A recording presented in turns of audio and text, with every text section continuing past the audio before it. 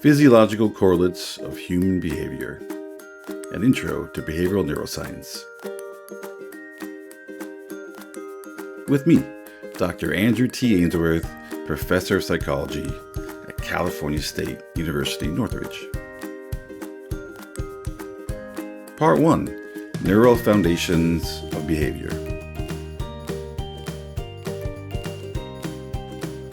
Lecture 2, Communication within the nervous system. Section 2, Neural Communication.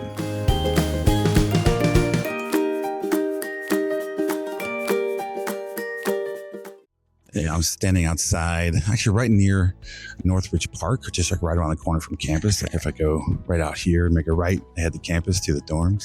So I'm sitting right out here because of these power lines. When I see these power lines, I think of our nervous system and how we are able to transmit information super fast via electrical charge from our brain to our feet and back.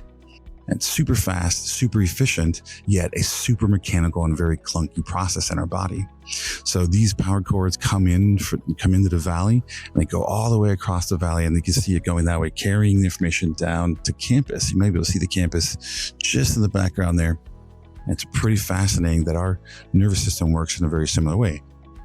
We have these long axons that connect together, and they come to synapses, where one synapse connects one axon to the next dendrite on another cell, and it keeps getting relayed. So like these power lines relaying information all the way through the valley, our nervous system works much in the same way. So next time you're driving around, you see these cables, I want you to think of your nervous system. I want you to think about how our nervous system works so fast, yet is such a clunky, like chemical transmission that is amazing. We're able to do anything at all. Anyway, let's talk about that today, and I hope you're excited.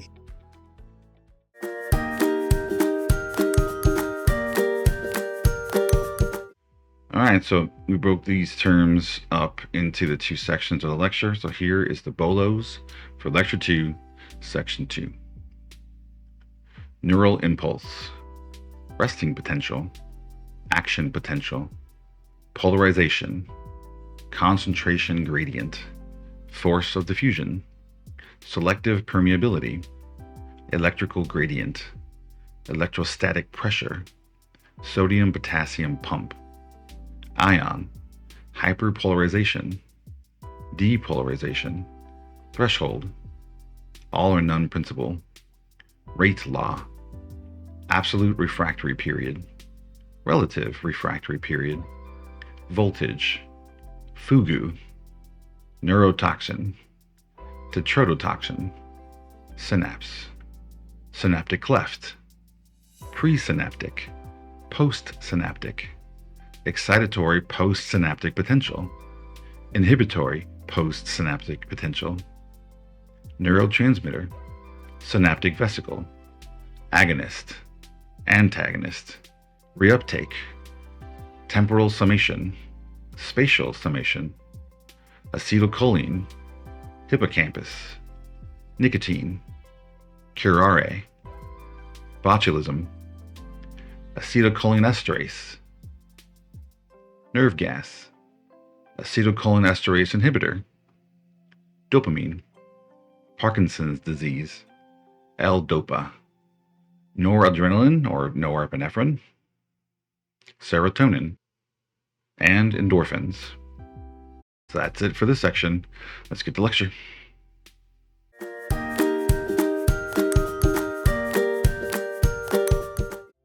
All right, here we are. We're still in part 1. Pretty much just getting started here on the neural foundations of behavior. We're talking about chapter 2 still, and this is section 2 of chapter 2, communication within the nervous system. And today we're going to be talking about neural communication, both within and between neurons.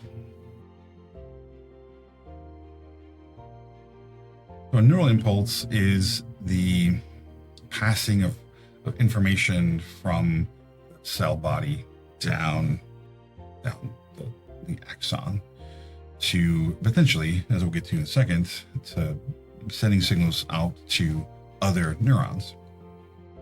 So this is a message that travels within a neuron And there are different terms, things like resting potential and action potential, that we'll talk about A resting potential is when you're doing nothing, when the neuron is sitting doing nothing, it still is keeping itself at rest. So it's still a very active process to keep it remained at rest. And then the action potential is the actual firing, the triggering of the information down the axon. That's called an action potential. We'll come back, talk about that shortly.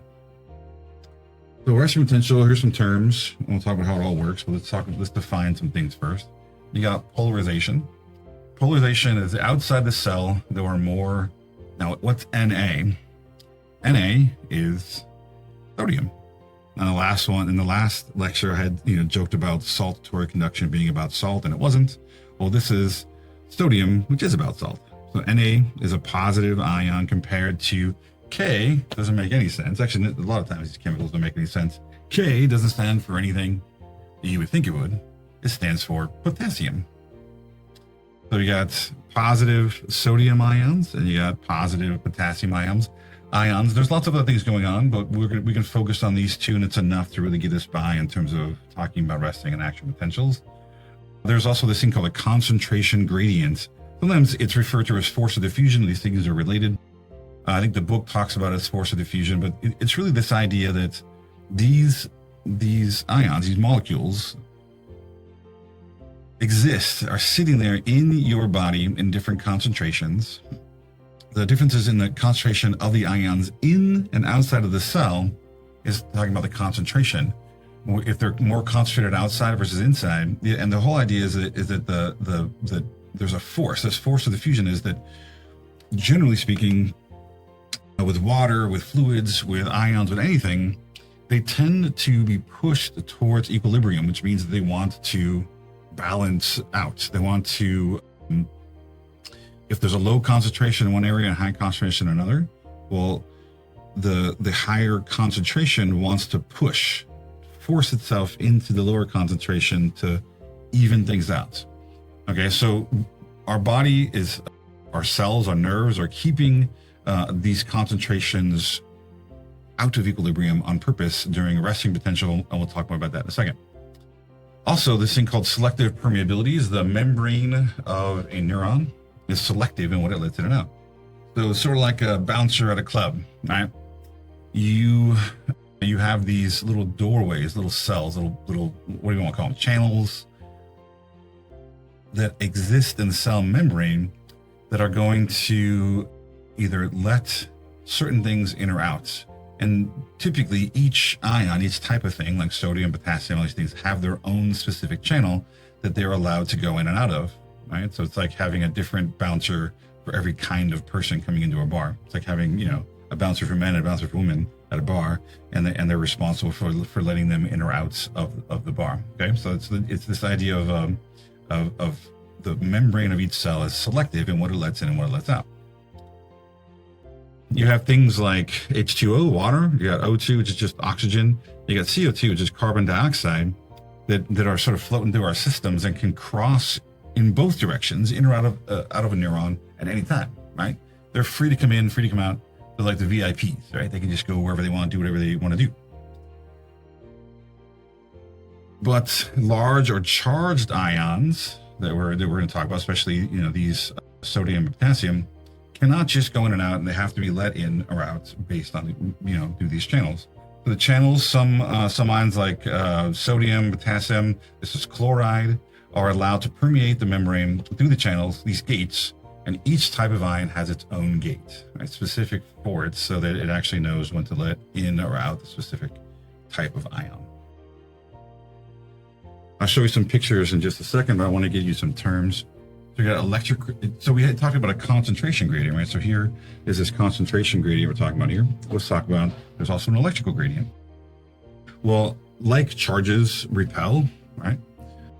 Because there is a positive charge outside the cell, potassium ions are kept from moving out through the channels. So because there is this difference in concentration, there's almost like a push and pull that happens when there are ions that are in higher concentration. They want to move towards lower concentration, but where there's a lower concentration of, say, positive ions, it also makes it net negative. There's actually a relative negativity, even though we're talking about positive ions. there's a negativity that's actually keeping it out. It's actually repelling it. So it's sort of held in this position where it doesn't know what to do. It wants to go to where the lower concentration is, but it's pushed away from that by the charge, this electrical gradient. Because there's a positive charge outside the cell, potassium ions are kept from moving out through the channels. So something has to happen in order to sort of push them out and get them moving around. And then you also have this thing called a sodium-potassium pump. That sounds, it's actually relatively self-explanatory, but a sodium-potassium pump responsible for pushing out 3 sodium ions for every 2 potassium that it brings in. Now, I know we talked about channels and we talked about letting things in. This is more of an active process. The cells are actually moving these things. They're actually grabbing them, moving them around where they want them to go. This is, even though both sodium and potassium are positive, there's a net movement of positive ions out of the cell, thus negative polarization inside. So even though we're talking about 2 positive ions, because we're taking more positives out than we're bringing in, the net result is a relative negative charge inside of the neuron. All right, so inside the neuron, relatively negative; outside the neuron, relatively positive. Right, so we're creating this electrical gradient. We're actually forcing this difference where there's more negative charge inside, more positive charge outside. This whole sodium-potassium pump thing is an active transport system, which means that this pump requires energy. So it's actually burning calories. It's burning energy in order to work. Compared to a permeable membrane where things can just go in and out, that's more passive. Things can just go wherever they want based on the concentration. This sodium-potassium pump is actually constantly working to keep your cells at this resting potential where we have a negative charge inside, positive charge outside. And the concentration should push the potassium out because, again, it's responsible for pushing out 3 sodium ions for every 2 potassium it brings in. So because there's more potassium inside, that concentration should push it out so that it's for equilibrium. But because the electrical charge on the outside is positive relative to the inside, the charge actually keeps potassium in. So potassium and sodium are sort of held in this sort of position where they want to move but can't, and they're constantly held in this state of almost like yes, a sort of analogy would be something like, if you think about, you're like an archer, right? So you have an archer that's going to shoot an arrow. If each cell, each neuron in your body at rest, now this is when it's resting. So right now I'm not moving my finger, now I'm moving it. So when I'm not moving it, that's a resting potential. When I'm moving it, that's action. Okay. So in order for me to be able to act whenever I want, the axons are actually held in this taut position where it's almost like, think about an archer with an arrow, that they, in order to fire the arrow, instead of just grabbing the arrow and pulling it back and then firing, what each cell does, each neuron does, is it actually takes the arrow, puts it into the bow, pulls it back, and just holds it there. And rest for a neuron is just the neuron sitting there, resting, waiting to fire, just sitting there, holding itself. So it does that by creating these differences in these ions, so that you have a positive charge inside, negative charge outside, and it's actively doing this, keeping this sort of tension, waiting for the right moment where you need to use it for it to just let go, and you can fire the neuron. Okay. So that's what this whole thing is doing. Resting potential, even though it's we're calling it resting, it's not really resting. I mean, the nerves itself are actually constantly working to keep you at rest. It sounds kind of crazy. Okay.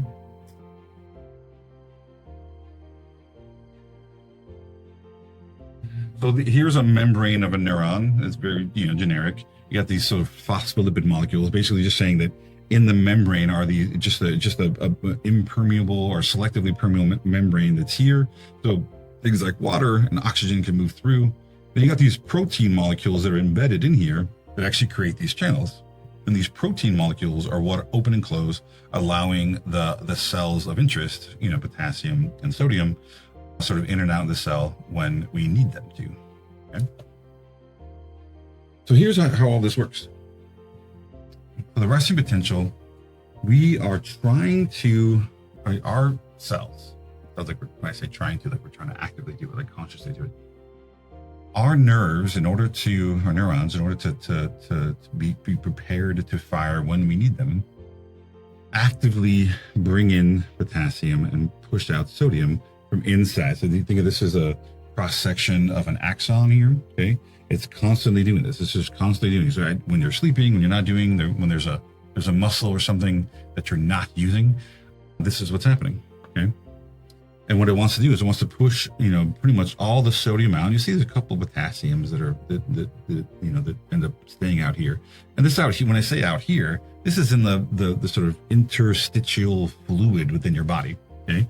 So you have the axon, it's floating around in the fluids within your system. It's kicking out 3 sodium for every potassium that it brings in.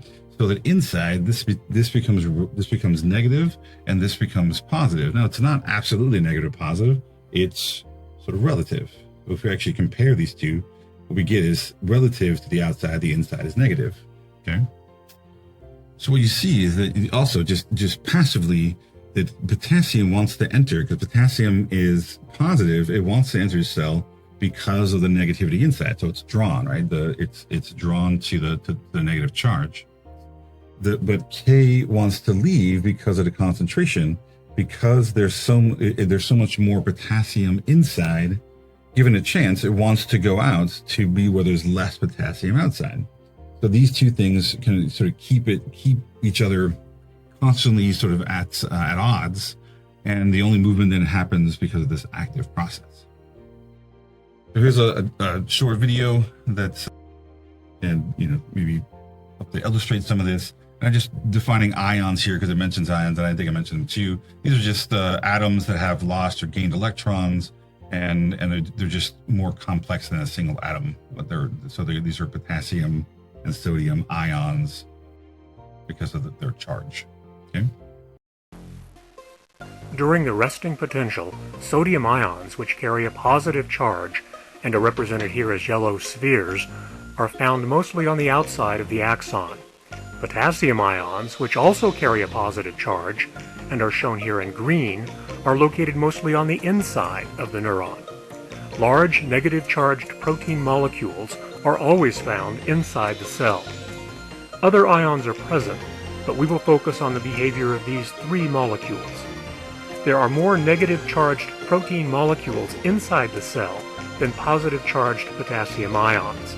The inside of the cell, therefore, is more negative than the outside during the resting potential. This changes with the arrival of the action potential. All right. Hopefully that helps make it make a little more sense. Sometimes just having some animation helps. I'm trying to picture it yourself.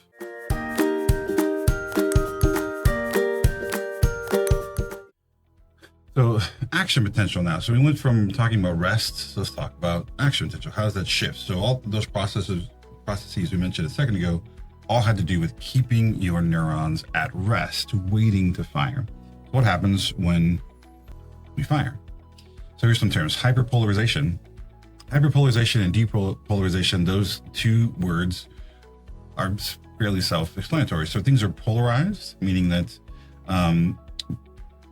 having more negative inside versus outside, there's a polarization creating a negative charge inside versus outside. Okay.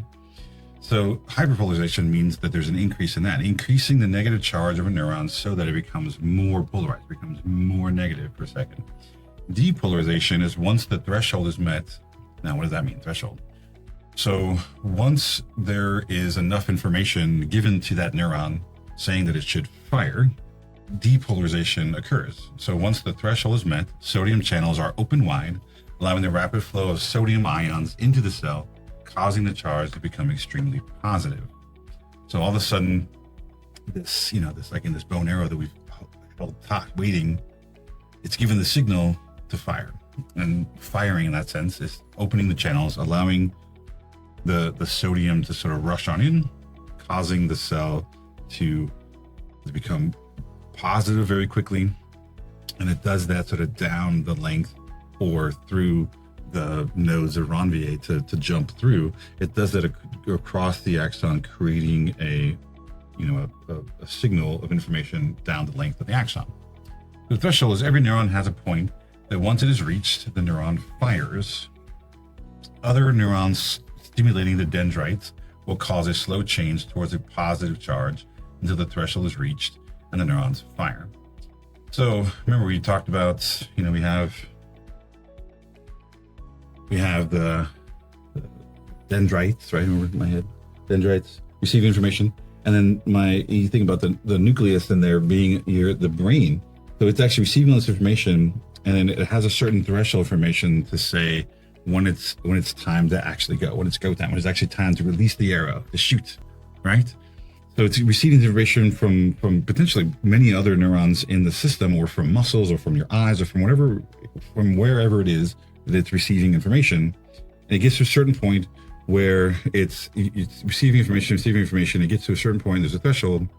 Now it opens up all the sodium channels and fires, sends information down the axon to the next neuron, or to the next muscle, or to wherever the information is going, depending on if it's a motor neuron or a sensory neuron, all that stuff. Okay. So that's what the threshold is. There has to be a minimum amount of information. And we'll talk about in terms of sensation perception later on, that every system has different levels of thresholds, different minimum amounts of information to register in a sensory system.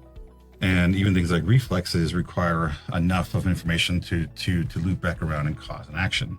Right, so these thresholds change, are different for every system and every type of neuron, but every neuron has one. Right, so there are thresholds that then lead to the depolarization and the firing of the axon. Let's talk about some more action potential terms. We got the all or none principle. A neuron fires the same size and shape whether it is stimulated just barely past the threshold or far beyond the threshold. Stronger impulses cause more rapid firing. This is known as the rate law. It's the firing rate that signals to your brain that a signal is larger, or the other way around. It's a stronger signal from your brain that actually making you squeeze harder or punch faster or whatever it is. So you think of it this way, like, there's the difference between me just barely feeling, the feeling in my hand by touching it here, and me sort of poking my hand has nothing to do with the size or how large the firing of the neuron is. It's not about the signal strength, it's about the signal frequency. The more it fires, the faster it fires, the stronger that impulse is. That's due in some part because of the way this refractory period works. So there's two types of refractory periods. So what's a refractory period? Well, it's a time after which an event occurs that it cannot happen again. So with neurons, once a neuron fires, there is some brief moment, we're talking about milliseconds, where it cannot fire again, or it fires with difficulty. Those are the different kinds of refractory periods. So an absolute refractory is the first part of a refractory period when the sodium gates are still open. Right, so we've already let all the sodium in, and everything went positive. The sodium gates are still open, so we can't tell them to open again. We can't, stuff hasn't reset yet. So it cannot be signaled to open again. A signal cannot be triggered to happen again down the axon. Just after that is a relative refractory period where the sodium channels are returning back to normal, but the potassium channels are still open. So if we signal, we can signal, the sodium channels open back up again, creating, the depolarization, but they're going to push the potassium right back out the open channels too. So what that means is that there has to be a stronger than normal stimuli. It sort of raises the threshold. So if I'm touching really, really hard, what's happening is the cells there, because it's a stronger stimuli, it's causing it in that relative refractory period to fire again, signaling to me that it's a stronger stimuli than just barely touching my hand. A combined refractory period of about 5 milliseconds, meaning that we have about 1 millisecond on average for the absolute. A relative is about 2 to 4 milliseconds. So the combined refractory period is about 5 milliseconds. So you would need a very strong stimuli from other cells, from other things going on around it, hitting into dendrites, in order to fire even 200 times in 1 second. Think about that. We're talking about milliseconds. we still can have something fire 200 times in 1 second. This stuff is all happening that quickly, that fast within our system. Pretty amazing. So here's how we sort of look at all this stuff. We have, this is, here's a millivolt meter here, and it's going over sort of milliseconds.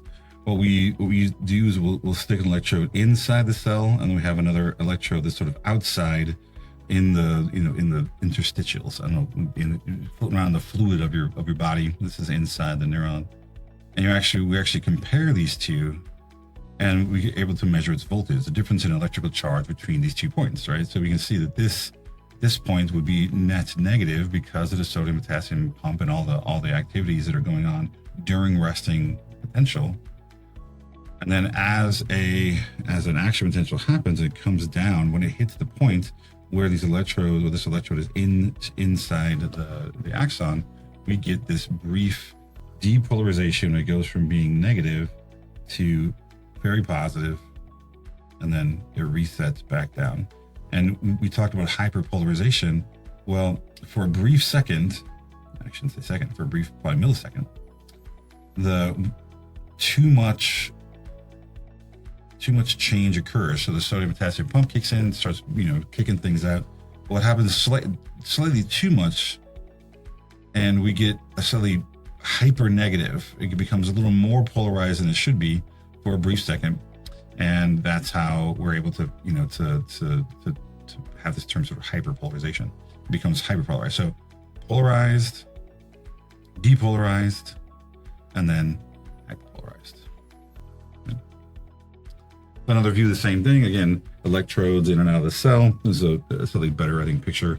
Again, so we have this sort of resting potential. It's just cranking along. This blue line up here represents the threshold. We're just cruising along or resting. We start to receive stimuli. So again, stuff starts to touch your hand, or you're starting to see light, or whatever stimulus is occurring. It's starting to occur, and the cell's starting to receive signals from other neurons, or from muscles, or from some place in the body, originating in the brain even, until it slowly starts to depolarize until it reaches the threshold, and blam, it fires. Okay, so you get a quick action potential, which is the depolarization. It starts to reset itself, but as it resets, it sort of overshoots, becomes slightly more negative, and then goes back to resting again. Here's another view of it. So as an action potential rolls down, the sodium channels, these ion channels, open up, allowing the sodium to come in, making this positive. But you notice even to the segment next to it, right next to it, we have the section that is in the middle of an action potential, but even right next to it, it hasn't got there yet. It's still resting. This is coming down the axon. So here it is, action potential's coming, everything's opening. These start to open, and everything's sort of cranking on down the axon by having these channels open, moving things in, making then this become depolarized within the axon. So here's that. Now the action potential is here.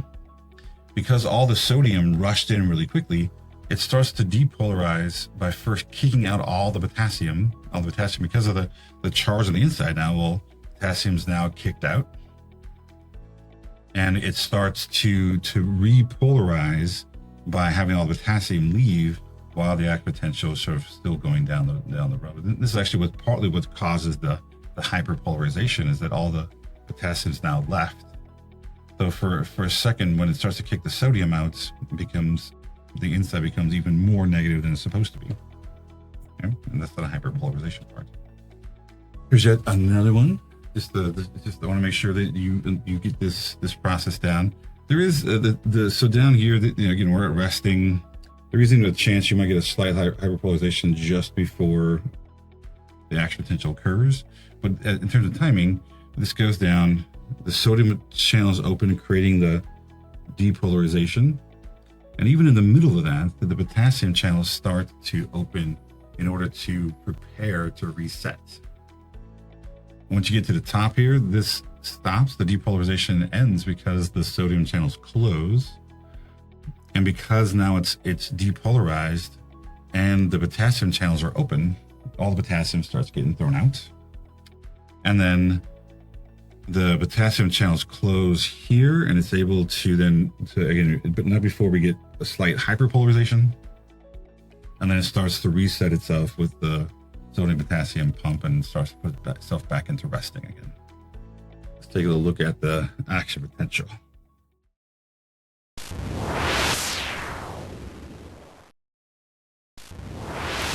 The action potential, represented here as a bright light, originates from the axon hillock on the cell body. Once initiated, the action potential travels unchanged all the way from the axon hillock to the axon terminals. Events responsible for this all-or-none propagation of the action potential occur along its membrane. Here, in a cross-section of the axon membrane, we see the movement of sodium ions, shown as yellow spheres, into the cell as the action potential travels down the axon.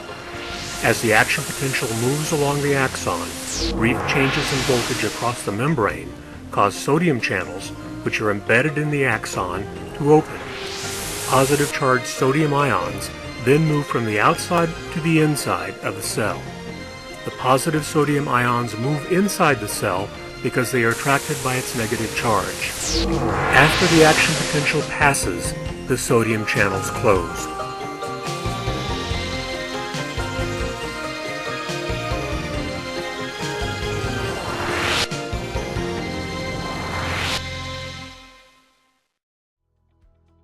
I think that helps to animate that, but let's look at it a little bit further.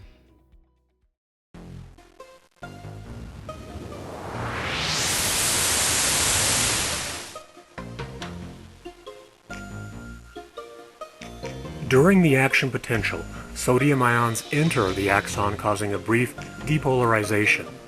While sodium ions move into the cell, potassium ions move out of the cell during the action potential.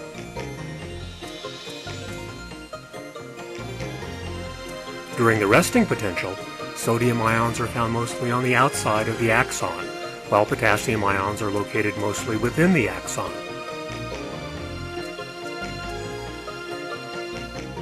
With the arrival of the action potential, sodium channels open and sodium ions enter the axon, causing a brief depolarization, which reaches its maximum value within about a millisecond.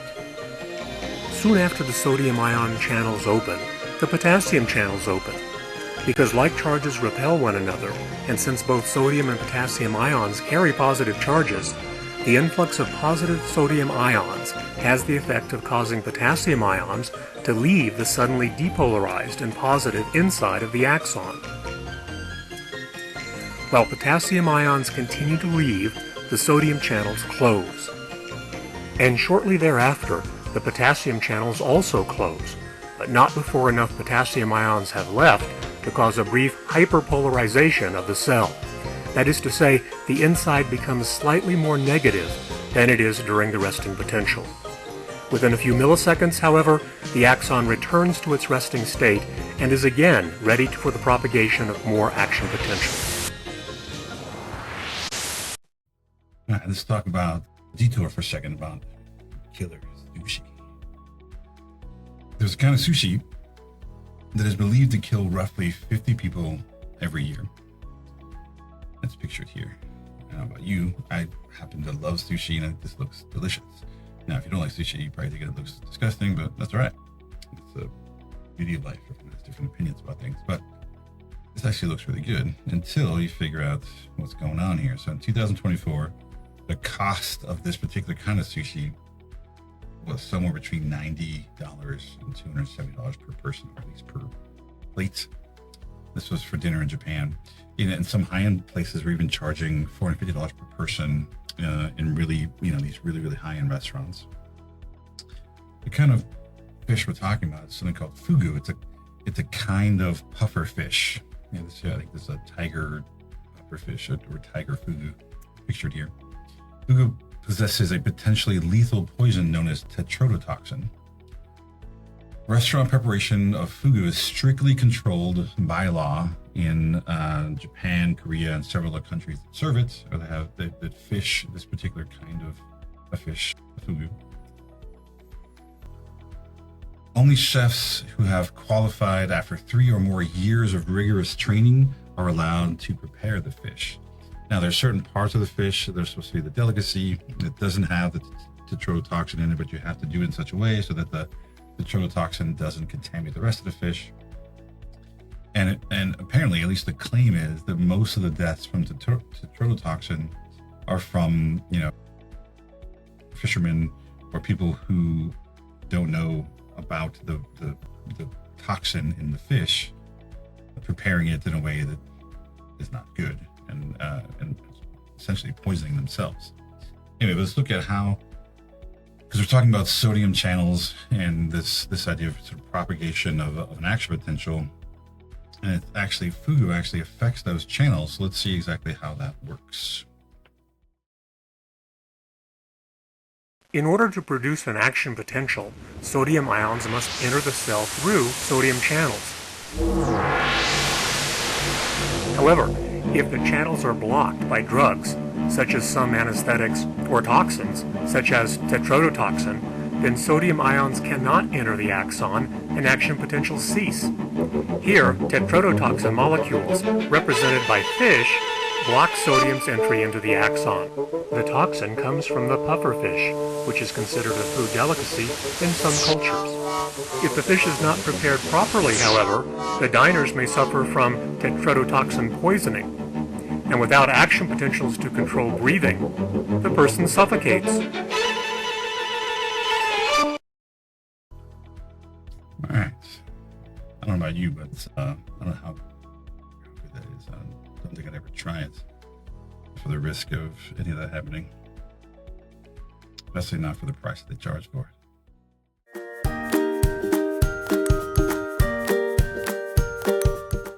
All right, now we're going to shift gears to talking about the neural transmission. So we're going from neural impulse, which is the movement of information in a cell, within a neuron. Now I'm talking about how neurons talk to each other. How do they communicate? How do they send transmission from one neuron to another? All right, so here's some terms. We got the synapse. Now, the synapse is made up of a few different things. It's the location where the communication occurs. The actual synapse itself is really just a space between the cells, between the neurons, between the axon terminals of one neuron and the receiving dendrites of another.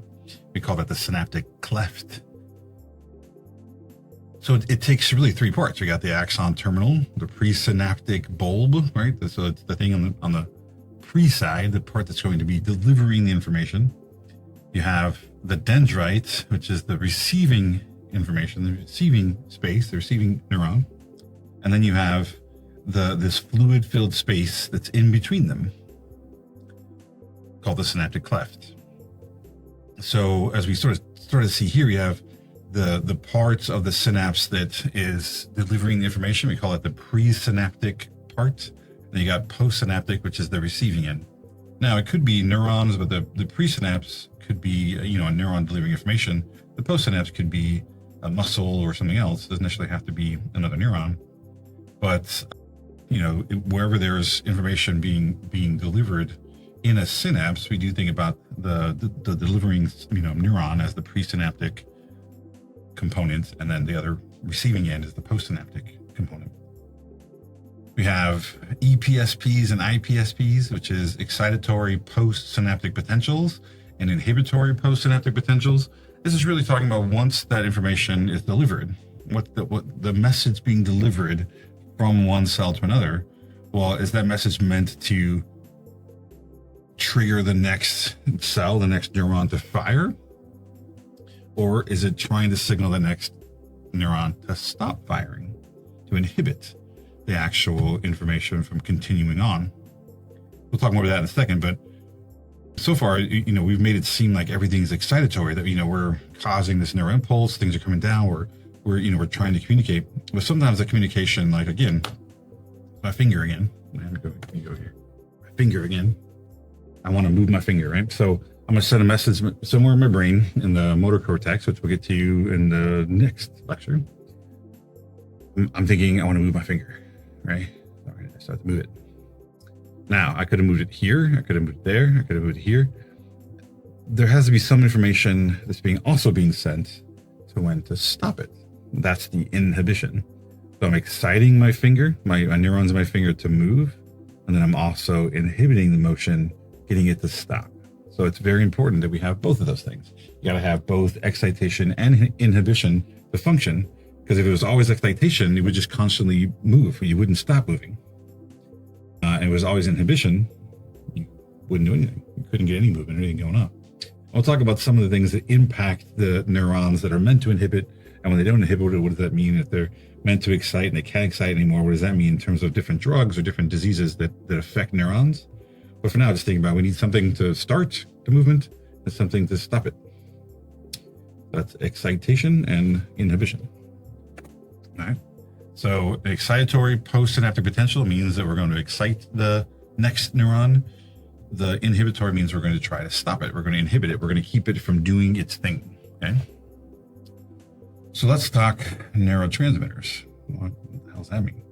So it has the neuro right in there, and it's got some kind of transmission going on, transmitter. So when I say that there's communication going on in the space between the neurons, the synaptic cleft, well, it's doing so by the release of chemicals, through the release of these neurotransmitters. They're things that actually float across that cleft and then reach the other cell, the other dendrite, the other neuron, and tell it to either fire or to try to keep it from firing. All right. So far, if you're following along with all this, it's like a crazy amount of like mechanical things that have to occur within a neuron to get information to happen. Yet it's doing it so fast, milliseconds fast. So what are neurotransmitters? Well, these are chemicals used to transmit information between the neurons. And we'll talk about how that works in a second, but it's pretty crazy. The idea that I can think and instantly move my finger, and all the things that have to happen and occur for that to do that is pretty amazing. Not to mention to play the piano, or to paint a painting, or to do even to type on a keyboard. Constant motion. It's all happening with this crazy series of events that has to happen. So some terms that go along with neurotransmission, obviously neurotransmitter, but there's also this thing called a synaptic vesicle. Synaptic vesicle. Man, we're getting all kinds of crazy terms. Vesicle. Vesicle sounds like, it sounds sort of like vehicle. I mean, that was the way I sort of remembered it. It sounds sort of like a vehicle, and that's actually what it is. They're little, I guess the close thing you say, like little sacs that hold the neurotransmitters in them. And then when the signal comes down to the synaptic terminal, and it's signaling that it's supposed to transmit information, those little vesicles, you think of it, this is like the membrane of the cell. The vesicles come to the membrane, attach, and then open up a hole in the membrane so that all the chemicals can come out. Those are synaptic vesicles. So when action potentials reach the axon terminals, this triggers sacs, synaptic vesicles, to release chemicals into that synaptic cleft. They are releasing in varying amounts and have varied influence on the receiving neuron. So again, depending on what it is, how much they've released, and what type of neurotransmitter is being released, you can have more or less excitation, more or less inhibition. And these chemicals have a one-to-one fit, sort of like a lock and key between the neurotransmitter and the receptors on the other end, on the postsynaptic neuron. So in those dendrites, remember the trunks of trees, right? They have little lock and key, little receptors in the membranes that receive the neurotransmitter, and are able, and they only work with that neurotransmitter. So and then has a, whatever the impact is, whether it's inhibitory or excitatory, it has that on that postsynaptic cell. So it's being released by the presynaptic cell, being received by the postsynaptic cell. Dozens of neurotransmitters have been identified, and probably more that have yet to be found. There's always breakthroughs and new things happen all the time, so you never know, you might find some more. But we're talking about a few that are important, or at least related to psychology in terms of disorders and the things that occur related to these neurotransmitters. So we'll talk about those towards the end of this section. Some more terms. Some neurotransmitters or some chemicals can function and mimic the behavior of neurotransmitters, and those are called agonists. So if something goes to those sites and binds with those sites for the neurotransmitters and causes some reaction, those are called agonists. Now, there are also antagonists, which are different chemicals that actually work to prevent neurotransmitters from happening. They actually they mimic neurotransmitters and work to create an IPSP, like to try to inhibit that neurotransmitter from working. All right, so agonists mimic the neurotransmitter and try to create it, because again, it's sort of weird, because let's say it's acetylcholine, for instance, or dopamine. Dopamine itself is a dopamine agonist. It works like dopamine, right? But other things can mimic dopamine and cause similar reactions to dopamine. But if something comes in and tries to prevent dopamine from functioning, then that would be an antagonist for dopamine. All right, so most everything is an agonist for itself, obviously, but other things can also be an agonist for it. This will make sense as we talk more about this. I'll give you some examples of the kinds of agonists for different things, and antagonists for that matter. Give you some examples of how that works. Some more terms here is reuptake. And this is an interesting idea. So we're talking about these chemicals, right? They're being just dumped into the synaptic cleft. Well, what happens to it? So they bind to the sites, and like then what? They cause a EPSP or IPSP, and then what?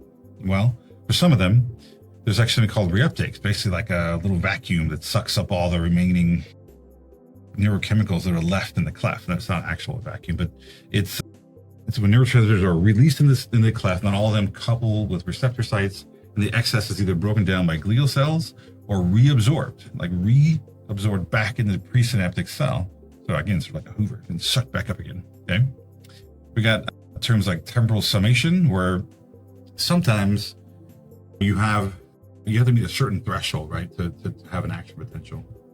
Well, sometimes maybe one stimuli by itself may not be enough to reach threshold, but if multiples happen sort of in a row, all below threshold, it may actually push it above threshold. So this is repeated below threshold stimulation can actually cause an action potential. Like if you lightly pinch a dog's foot repeatedly, like the first one may not cause it to reflex, it might be too light. But if you do it multiple times, it may actually cause the reflex. And it's a similar idea with spatial summation. Now, it may not be, if you could have a stimulation that's under threshold, so it doesn't cause an action potential.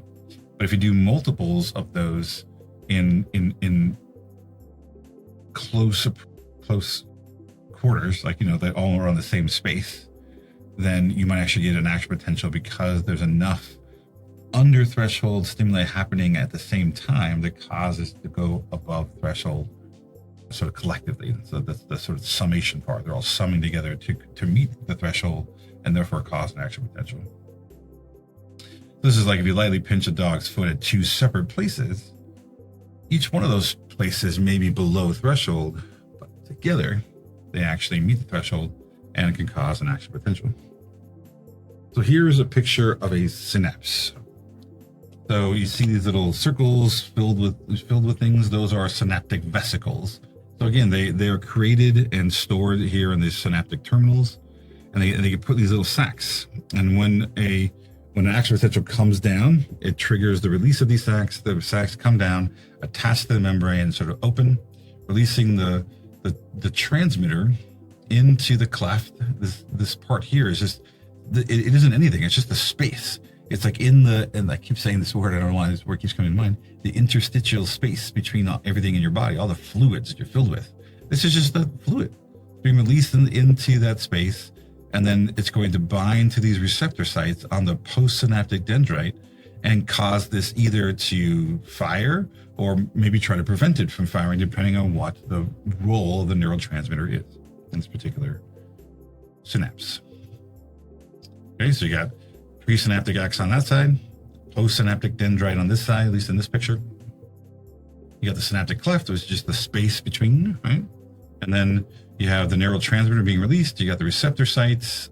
Here, these little lock and key mechanisms in the membrane of the dendrite, and they're being delivered to the cleft via these vesicles. Okay. All right, let's use a little animation to give you a better idea of how this works. A little 3D rendering animation. Let's see, this helps make all this make sense, because again, it's a super mechanical process that is such a shock that it all works as well as it does. And we're able to do the things we can do given how just clunky this all sounds. Okay, here we go.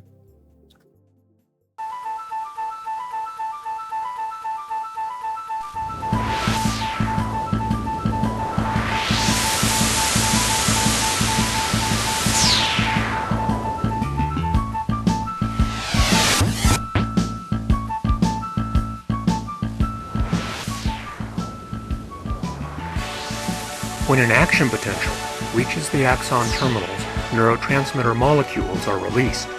This is a representation of a cholinergic synapse. Cholinergic synapses use the neurotransmitter acetylcholine, which is abbreviated as ACH. In this cross-section of a synapse, we can see the three components of a typical synapse. They are the axon terminal, the synaptic cleft, and the receiving or postsynaptic cell. Within the axon terminal are many tiny packets called synaptic vesicles that store and release the neurotransmitter. On the receiving or postsynaptic cell are receptor molecules. In a cholinergic synapse, an action potential causes the release of ACH, which crosses the cleft and attaches to binding sites on the surface of the receptor molecules. The receptors open, allowing sodium ions to enter the postsynaptic cell, causing postsynaptic potentials. ACH molecules are inactivated by the molecule acetylcholinesterase, which is abbreviated as ACHE. Now, it talked about this being a site for acetylcholine and acetylcholine esterase, and we'll come back to that in a second, but just giving you an idea of what's going on here and how it works. We'll come back to talk about the specifics shortly. Anyway, here's another video telling you a little bit more about this process. An action potential is triggered when sufficient depolarization occurs at the axon hillock to reach the firing threshold. Here, the brief flashes on the dendrites and cell body represent postsynaptic potentials. Postsynaptic potentials are caused by axons from other neurons, which are not shown here, releasing neurotransmitters that cause excitatory or inhibitory postsynaptic potentials. The sum of these events at the axon hillock determines whether an action potential will occur. All right, hopefully that helps. Yeah, talk about the neurotransmitter synaptic cleft. Now we're talking about EPSPs and IPSPs, try to put all this stuff together. Hopefully it's starting to make some sense. This is sort of showing the receiving end, the dendrites. The last video showed the sort of more presynaptic side. So hopefully all these terms are starting to make sense and start to see what's going on here. We got put it all together, the neuro impulse to the neural transmission. Let's keep going.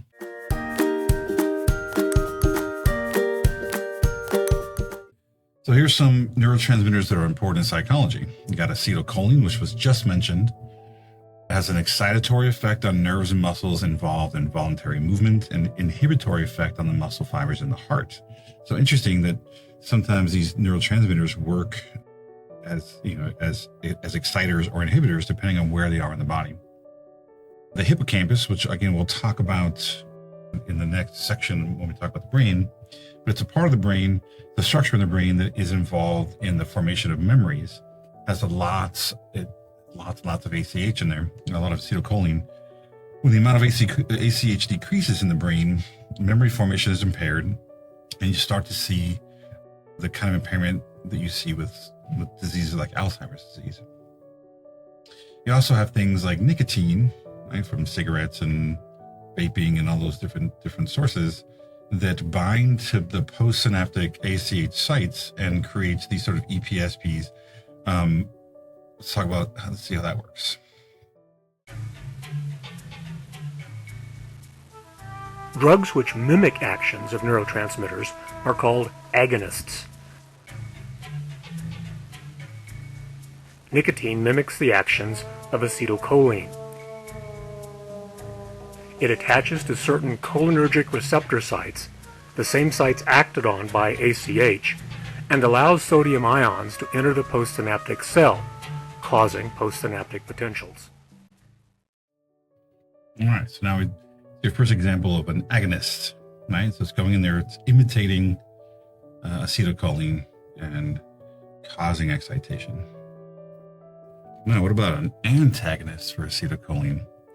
Now, there's a chemical poison called curare that is from South America, used by native tribes, or at least it was used. I don't know if it still is, but it's, native tribes have used it for hunting.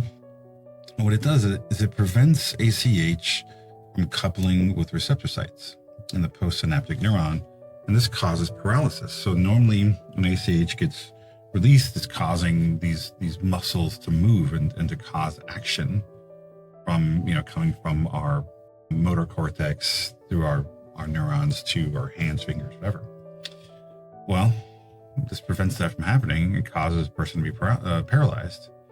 The victim is prevented from contracting the muscles used in breathing and also can start to suffocate. It could die from the suffocation. And I'm pretty sure curare, this is from memory, is also a drug that it causes paralysis, but it does nothing to block the feeling.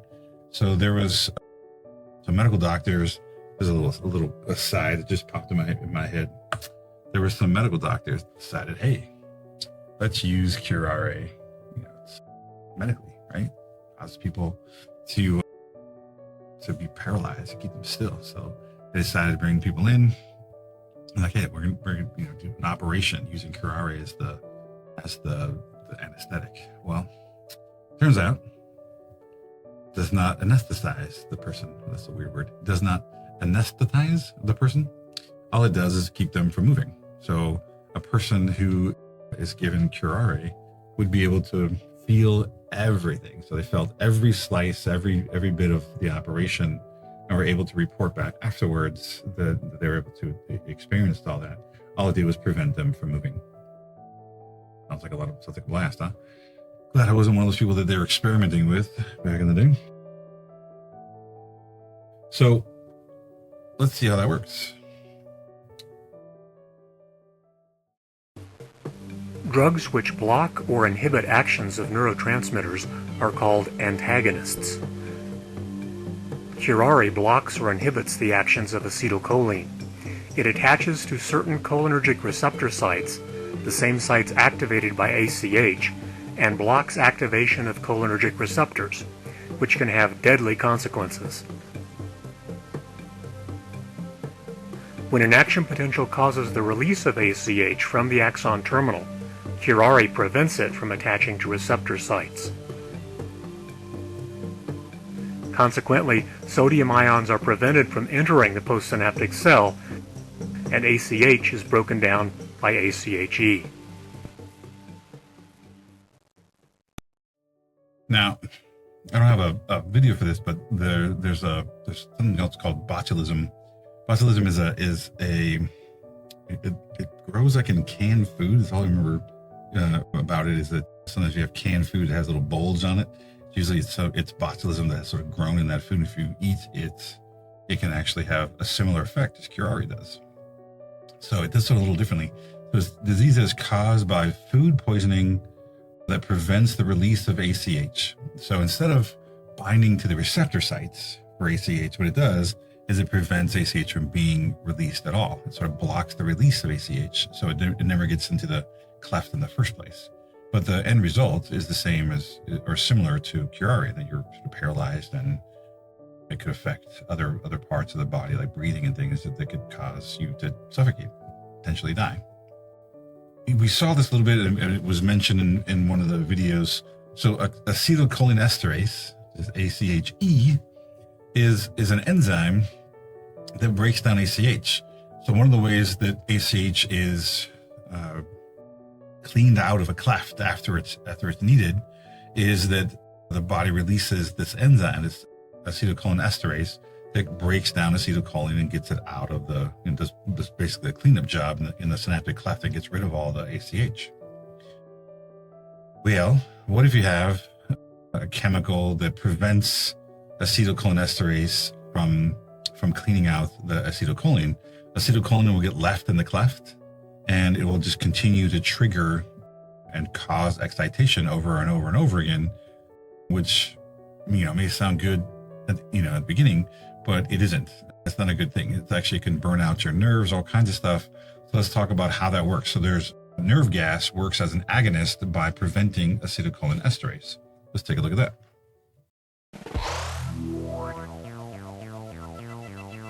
In the case of the neurotransmitter ACH, the receptors open, allowing sodium ions to enter the cell where they cause postsynaptic potentials. They are then inactivated or broken down by acetylcholinesterase. Some drugs affect behavior by inhibiting the inactivation of neurotransmitters.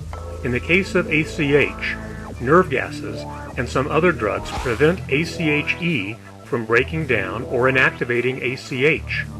These drugs are called acetylcholinesterase inhibitors, abbreviated as ACHEI. The neurotransmitters bind to receptor sites over and over, producing more postsynaptic potentials than normal. ACH, therefore, continues to activate receptors for longer than normal. In some cases, this can be clinically useful. In other cases, such as the use of nerve gases, the effects are often deadly. I don't know about you, it all sounds terrible. So that is another agonist. But it's interesting because agonists can work in different ways. They can block the receptors. They can bind to the receptors. They can also block the inhibitors of those receptors, creating inhibition. Because when you inhibit an inhibitor, you cause excitation. So nerve gas works by inhibiting the inhibitor of acetylcholine. Interesting. Fascinating stuff.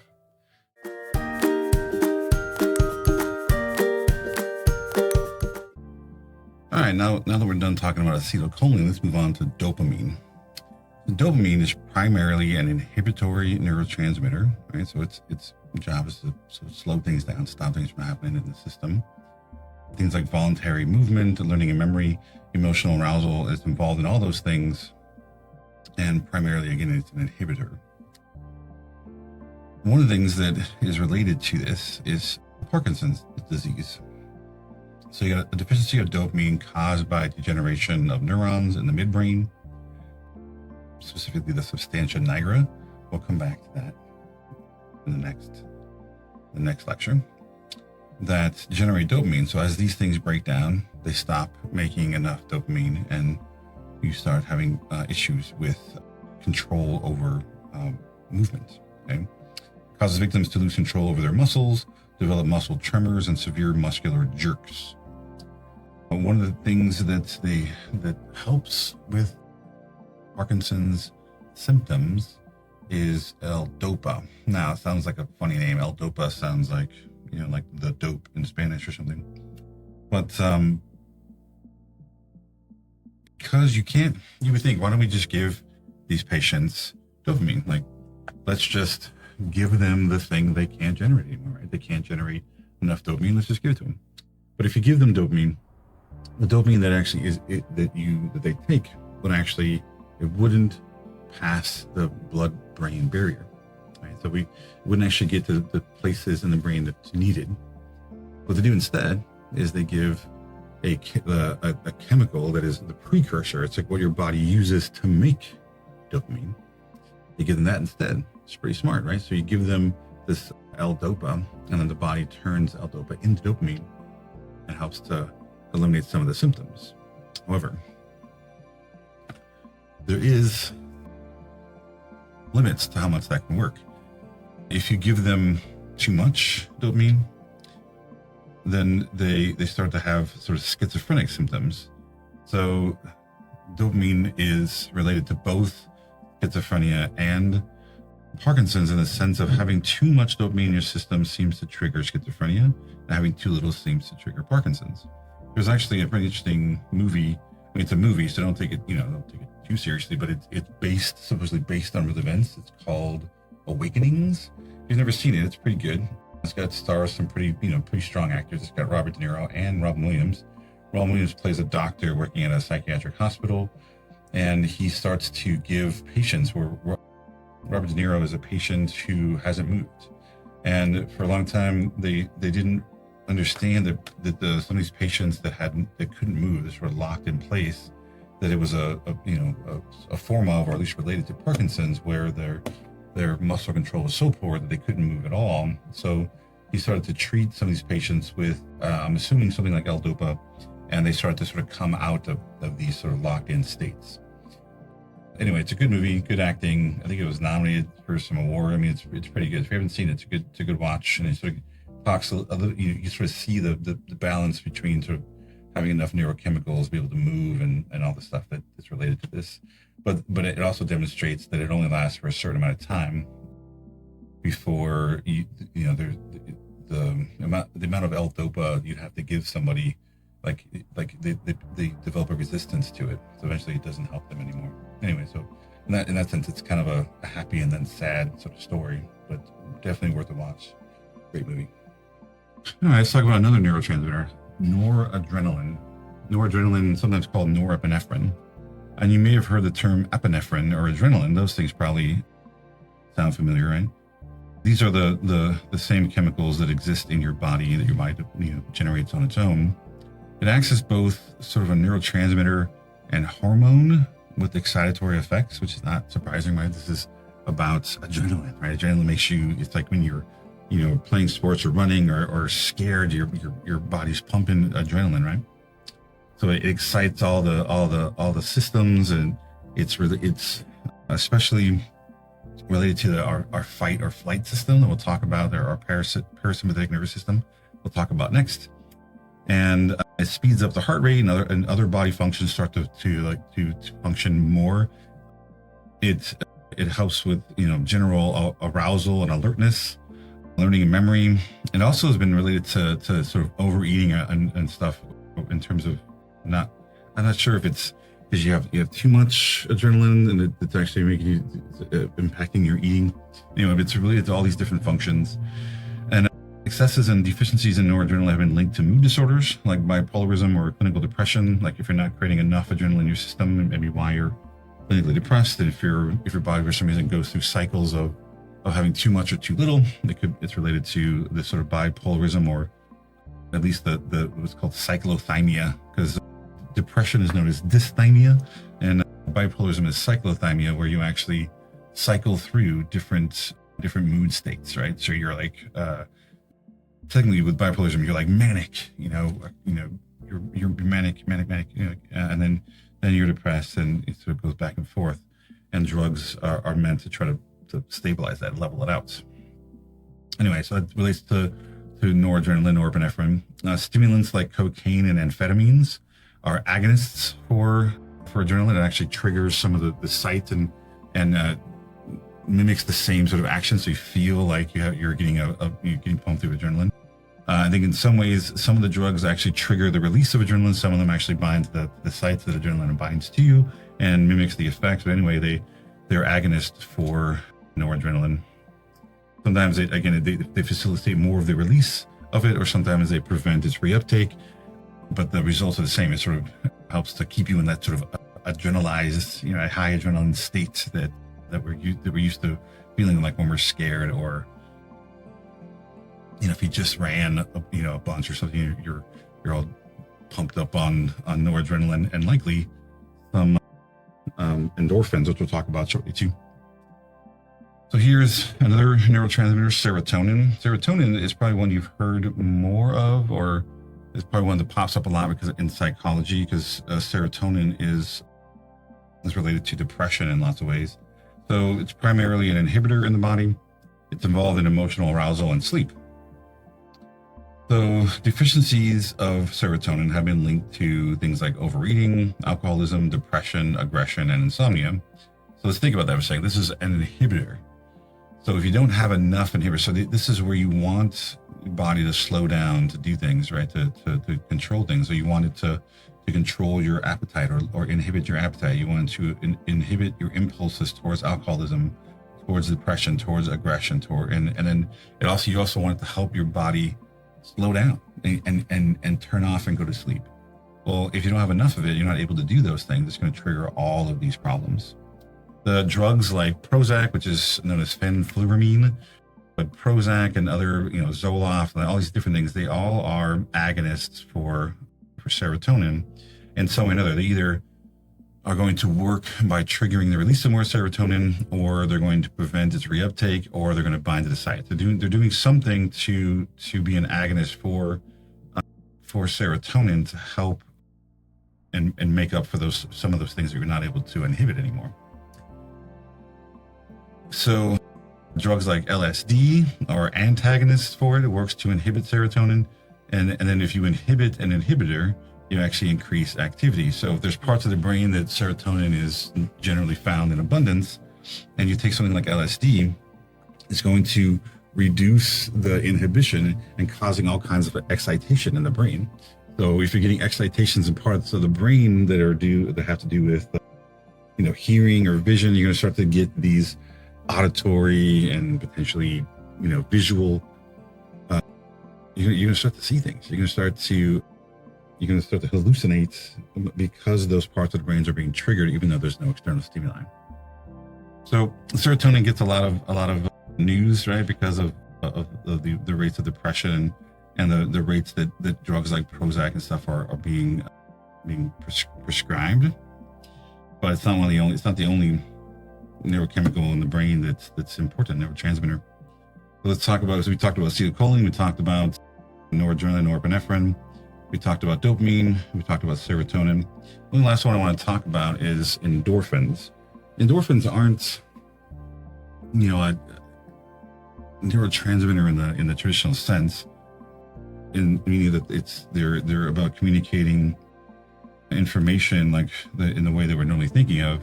Endorphins work in the reduction of pain. So our body produces these endogenous morphine. So it's the same chemical that morphine is. That's when we take morphine or other morphine drugs and like the opioid family, it actually works really well because it is binding to natural sites in our body that actually use the same kind of chemical that we produce in our bodies to help control pain. So it's found in the brain and the bloodstream, works by coupling with pain receptors, so the pain transmitter is locked out. Right? It's the same thing that happens, if you go to the dentist and they give you a shot in your mouth to try and numb you up. What they're doing is sort of blocking the pain receptors from being able to tell you that there's pain going on. It's also associated with the runner's high.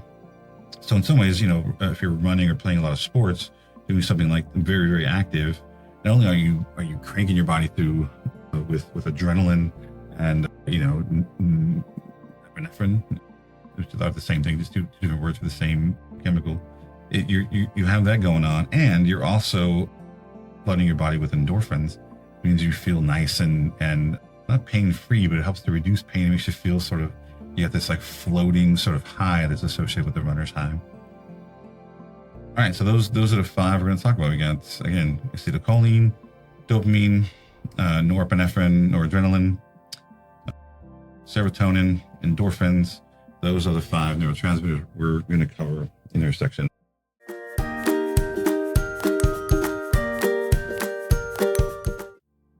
Anyway, to recap, put everything in perspective, it's impossible to understand the brain or behavior it produces without understanding the capabilities and limitations of the neuron. Okay? Despite the complexities of chemical transmission at the synapse, a neuron is still a relatively simple device producing sophisticated capabilities and behaviors. What happens on a single neuron level is not enough to account for human behavior. So we got to move to looking at groups of neurons. So we went all the way down to the microscopic level, right? Where we talked about each individual neuron, this little strand of cells. Well, let's now bring that focus out a little more, and let's talk about the nervous system. We talk about groups of neurons that work in local and brain-wide synchrony to be able to facilitate movements of the body and hearing and sight and taste and touch and all the things we're going to talk about in terms of behaviors are all related back to the neuron, but none of them are working on a single neuron level. So we're going from the very, very microscopic level. We're going to come out a little bit and get a wider view. And in the next section, we're going to talk about the organization and functions of the brain and nervous system. All right. I hope you're excited.